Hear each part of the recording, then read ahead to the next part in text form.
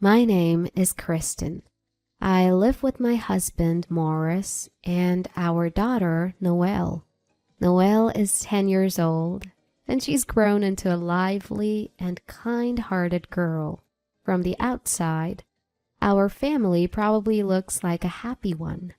But the truth is, the relationship between Morris and me had fallen apart a long time ago. I met Morris at work. When we were dating, Morris was a very kind person, slender, handsome, and charming. He cared for me so much that when he proposed, I was overjoyed to the point of tears. I thought we could live happily ever after as a married couple. I realized I was wrong a few months after our wedding. I discovered that Morris was nothing but a lazy person who only looked good on the outside. He never did any housework, and he just lazed around on his days off. Because of this lifestyle, he quickly lost his good looks and became as big as a bear. Whenever I asked him to help with the housework, he would yell, "It's your job. You're a stay-at-home wife." I became too scared to say anything. Becoming a stay-at-home wife was something Morris asked me to do when we got married. He told me, "It's been my dream to have my wife welcome me home," and I couldn't refuse him. So I quit my job, but I regretted it soon after our marriage. He would say, "You're a stay-at-home wife, so it's natural for you to do all this." And he would force all the housework on me. He also told me not to go out on my own, saying, "Stay-at-home wives might cheat." And I felt trapped in the house. A few months into our marriage, I wanted to leave Morris. But then I found out I was pregnant. Morris was truly happy about the child. I struggled with whether or not to divorce Morris, but I chose to continue our marriage, hoping that having a child might change him. I realized that choice was a mistake as soon as Noelle was born. Morris seemed to love Noelle, but he left all the child care to me. Moreover, he started coming home late on weekdays and started going out without a word on weekends. I suspected he was cheating, and it didn't take long to find out it was true. Morris was having an affair, but didn't even bother to hide his mobile phone. I often saw texts from someone named Donna. Perhaps Morris wanted to flaunt his affair to me. When I asked, "Who's Donna?" Morris smirked and said, "You're better off not knowing. Divorcing now would be hard on Noelle. And besides, Kristen, you have no way to make money." I knew Morris was cheating, but I couldn't pursue it any further. Exhausted from daily housework and childcare, I began to feel worthless. I felt so worthless that I even thought it was natural for Morris to cheat on me. I was very depressed at that time. I also hesitated to take Noelle's father away from her, as Morris said, and above all, I had no qualifications or skills. I was hired by the company I worked for before marriage thanks to being a fresh graduate. But I felt that finding a new job after not working for a while would be difficult. When Noelle got a little older, I asked Morris if I could work part-time. I wanted to divorce Morris, and I wanted to gain the ability to earn money on my own. But Morris was furious at this suggestion.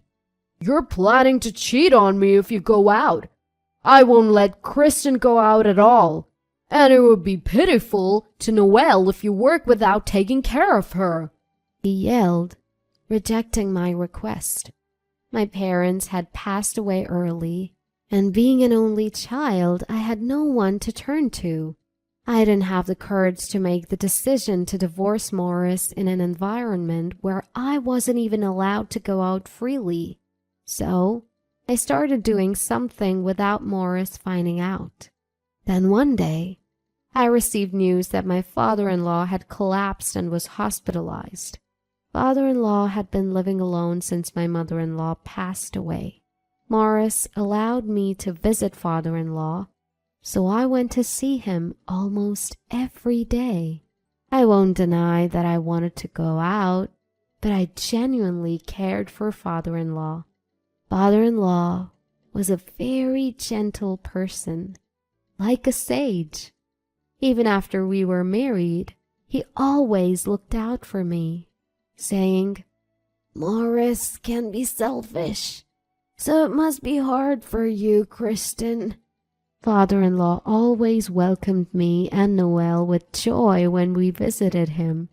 Imagining parting with father-in-law, who was getting weaker every day, I would tear up. And father-in-law would always smile and say, "It's okay. I'm just going to where my wife is waiting."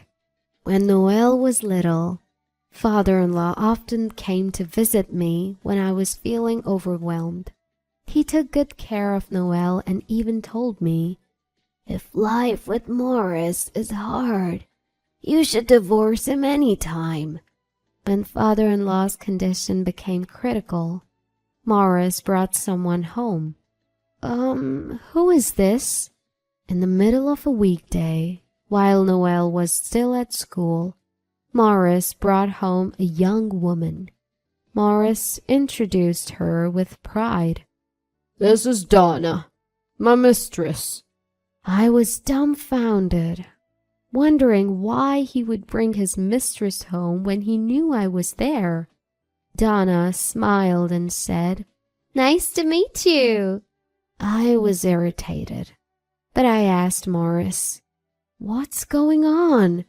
And he casually replied, "I'm thinking of divorcing you, so I thought Kristen might want to know what my mistress looks like. I don't feel attracted to you anymore, so take Noel and leave. I'm going to marry Donna." Why all of a sudden? I already knew that Morris didn't see me as a woman. I couldn't understand why he decided to divorce me at this timing. Morris grinned like a devil. "Because my father is going to die soon. If I don't divorce you now, I'll have to share the inheritance with you when I do." Father-in-law was a landowner and had worked for a large corporation until he retired, so he had considerable wealth. I understood why Morris would want a large inheritance, but I never thought he would push for a divorce just because he didn't want to share it with me. Morris never visited father-in-law in the hospital. He always said, "I wish my father would die soon and give me the money." I was always angry at these words because I cared for father-in-law. But when Morris said he wanted to divorce me to keep all the inheritance, my pent-up anger exploded. "Fine, let's divorce. Noel and I will leave tonight. You and Donna be happy," I said with a smile and quickly began to pack. Morris was stunned. Finally, he asked anxiously, "Are you really okay with divorcing?" "I'm just doing what Morris said," I replied with a smile and filled out the divorce papers Morris had prepared. "Hey, Kristen, how can you divorce so easily? You don't have any qualifications and you can't work." Morris was clearly flustered by my calm demeanor. He must have thought I would cry and beg him.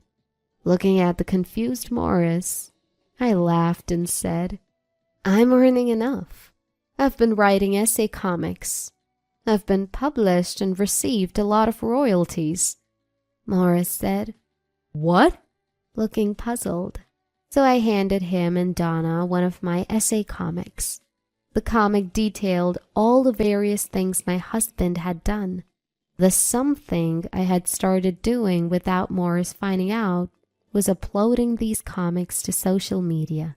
I had always loved drawing and thought I could make a living with my illustration skills. Reading the essay comic, Morris began to tremble and shouted, "What is this? You're the worst for drawing me without permission." "I think I'm better than someone who wants to divorce to monopolize their parents' inheritance," I replied firmly. Morris opened his mouth to say something else, but Donna spoke first. Is this true?" Reading the essay comic, Donna's face turned pale. I smiled broadly and nodded. Yes, Morris is the kind of person who locks his wife in the house and doesn't let her out. He barely gives enough for living expenses, and he tells me to pay for our child's hospital bills from that. When I run out and ask for more, he yells at me for wasting money.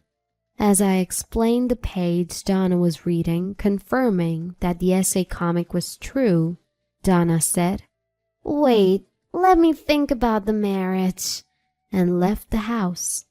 Morris tripped and fell as he stood up, shouting, "Donna, wait for me!" He hit his head and groaned in pain.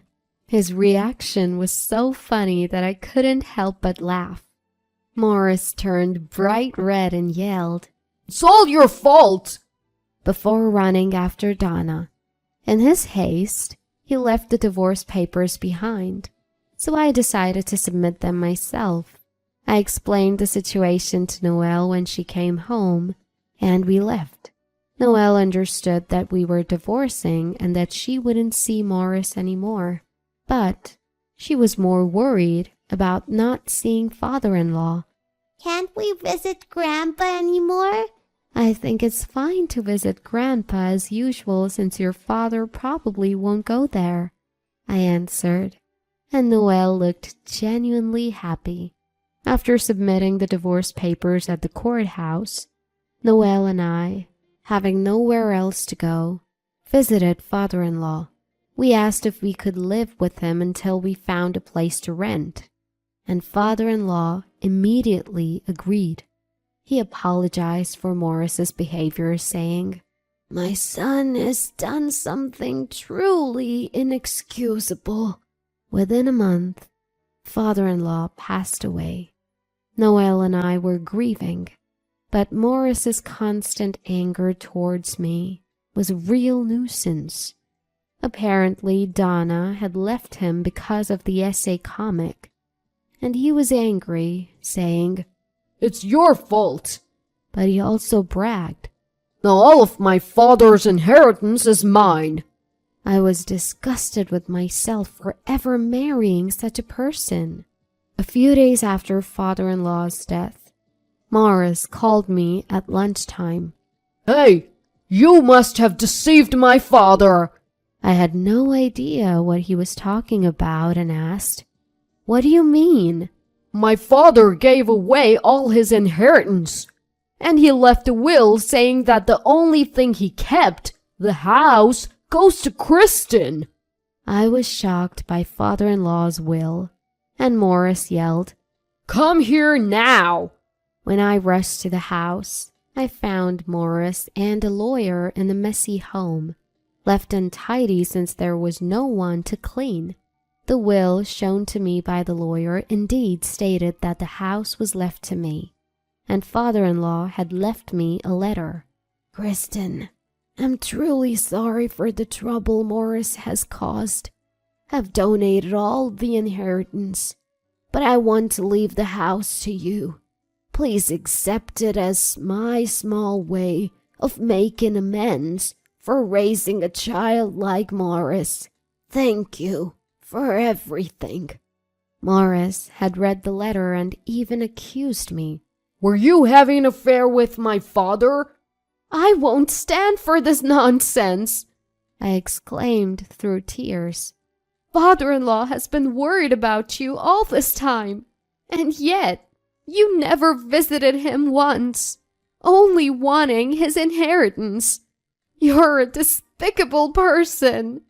Perhaps surprised by my tearful outburst, Morris stood dumbfounded beside me, while the lawyer explained the procedure for receiving the inheritance. Morris muttered, "But it's my house." but the lawyer told him, legally this house belongs to Kristen, and he was left speechless. Noelle and I had planned to find a rental and move, but we decided to live in the house that father-in-law had left us. Life with Noelle was peaceful, and she seemed happy. I had endured the marriage for Noelle's sake, but I regretted not divorcing sooner. As for Morris, he was later arrested. He had broken up with Donna, but then became a stalker. He followed Donna, begging her to marry him, and he even broke into her house.